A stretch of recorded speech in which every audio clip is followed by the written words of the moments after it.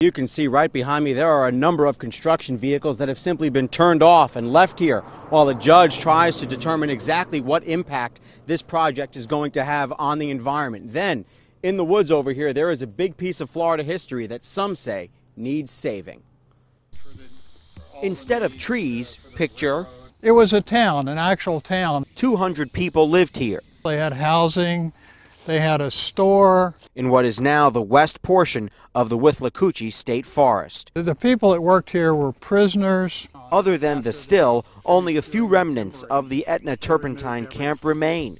The rest carted away by the state or covered by 100 years of growth. These were the stays from the barrels for where they processed the turpentines. The camp is both on the National Historic Register and in the path of where the state is building the Suncoast Parkway Extension, which they hope will connect the Suncoast with State Road 44 in Lecanto. If we destroy our history, what do we have left? Amid claims the federal government ignored environmental rules in issuing work permits, a federal judge on June 14th issued a temporary restraining order blocking construction of the 13-mile, $134 million extension.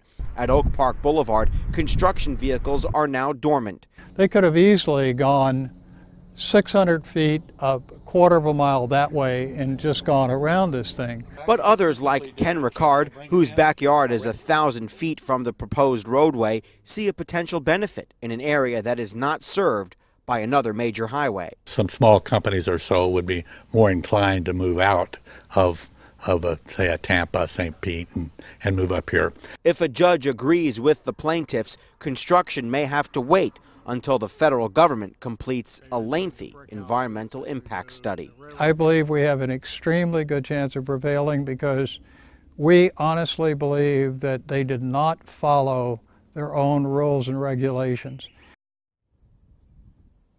And there is a hearing scheduled for July 9th where arguments will be heard on whether any federal law was violated in the granting of these work permits. This 4-year project could now take much longer. In Citrus County, Evan Axelbank, Fox 13 News.